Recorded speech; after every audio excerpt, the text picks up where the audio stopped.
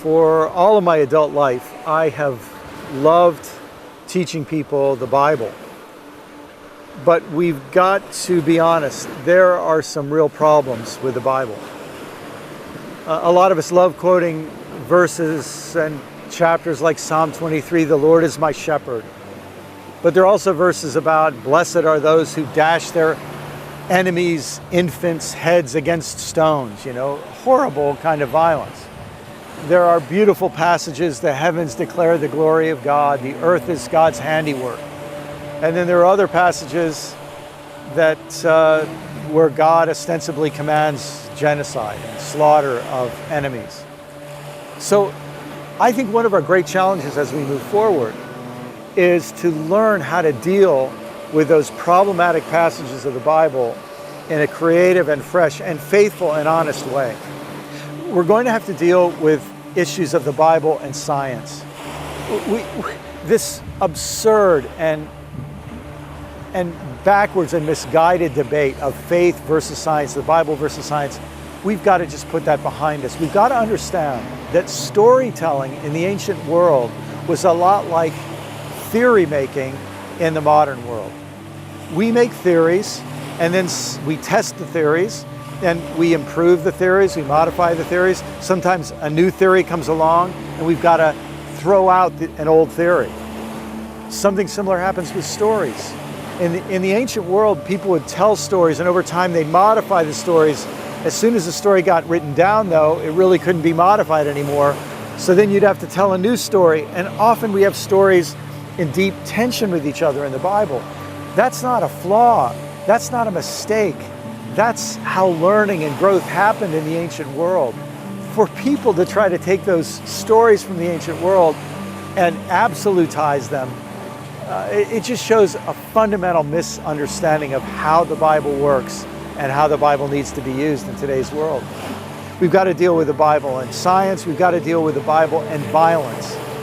We've got to once and for all realize that those stories in the Bible that have been used repeatedly to justify killing, slaughter, ghettoizing, oppression, segregation, anti-Semitism, Islamophobia, those passages in the Bible, we have to disarm once and for all.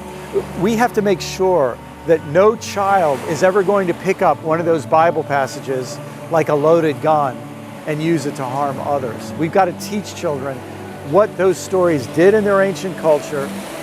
And for those of us who are Christians, we have to teach them how Jesus came to, in many ways, disarm and overturn those stories, challenge them with deeper, richer, better stories. We also have to deal with the problem of imagery. In ancient times, before there were kings, there were what we would call warlords. When kings came along, this was like a new political technology that it was a way of taking competing warlords and saying, pledge your allegiance to a higher king, and then you can be at peace with each other. So if you think of it this way, kingship was a new political peace technology. And to refer to God as king was a way of referring to God as a peacemaker. Sadly, in today's world, if we use the imagery of God as king, for most people that doesn't bring to mind creative new technology of peacemaking. It brings to mind dictatorship, and it brings to mind a lack of freedom, and it presents God as this kind of totalitarian despot. So what would be the images that we could use for God today that would do the same thing in our time as an image like king did in the 8th century BC?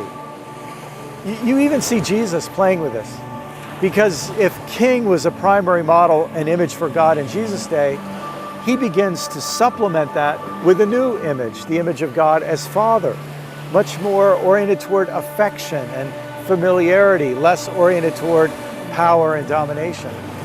But I can't help but think that if Jesus were here today, he would even see problems with that image of Father, because today, for a lot of people, Father evokes images of patriarchy and oppression of women and so on. So I have to admit, I have always been a great lover of the Bible. I love to teach the Bible. But as we move forward, we're going to have to find some fresh ways of talking about the Bible, of thinking through the Bible, of letting the Bible become our education, but approaching it with a fresh and new set of eyes.